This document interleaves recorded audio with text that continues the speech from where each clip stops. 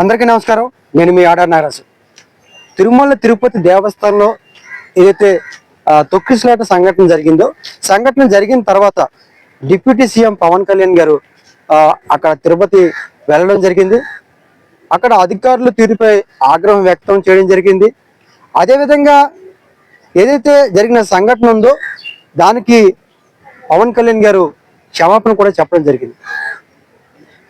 అదేవిధంగా మేమే కాదు, ఏదైతే ఈ సంఘటన ఉందో ఈ సంఘటనకి ఎవరైతే బాధితులు ఉన్నారో అధికారులు కూడా క్షమాపణ చెప్పాలి అనే విషయం కూడా చెప్పడం జరిగింది. అయితే చంద్రబాబు నాయుడు గారు వచ్చి వెళ్ళడం జరిగింది, పరామర్శించడం జరిగింది. అదేవిధంగా పవన్ కళ్యాణ్ గారు కూడా వచ్చి పరామర్శించి వెళ్ళడం జరిగింది. దాని మీద అధికారులు ఖచ్చితంగా క్షమాపణ చెప్పాలి. దీన్ని ముందుగా సరిగ్గా అంచనా వేయలేకపోయారు. అధికారుల యొక్క పొరపాటు ఇందులో ఉంది, నిర్లక్ష్యం ఉంది అనే విషయాన్ని డిప్యూటీ సీఎం పవన్ కళ్యాణ్ గారు చెప్పడం జరిగింది. అయితే మేము క్షమాపణ చెప్పము అనే విషయంలో టిటిడి చైర్మన్ గారు ఒక ప్రెస్ మీట్ పెట్టడం జరిగింది రాత్రి.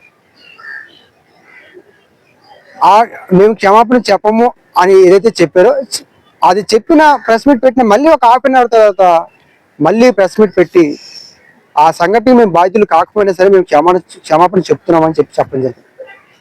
అయితే ఏదైతే ఈ సంఘటన జరిగిన తర్వాత పవన్ కళ్యాణ్ గారు మాట్లాడిన విధానం, స్పందించిన విధానం, అధికారుల తీరుపై ఆయన చెప్పిన ఏదైతే చేసిన వ్యాఖ్యలు, ఎవరైతే చైర్మన్ గారు ఉన్నారో లేకపోతే పాలక మండలి ఉందో పాలక మండలి క్షమాపణ చెప్పాలని చెప్పడం జరిగింది. ఆ తర్వాత కూడా వాళ్ళు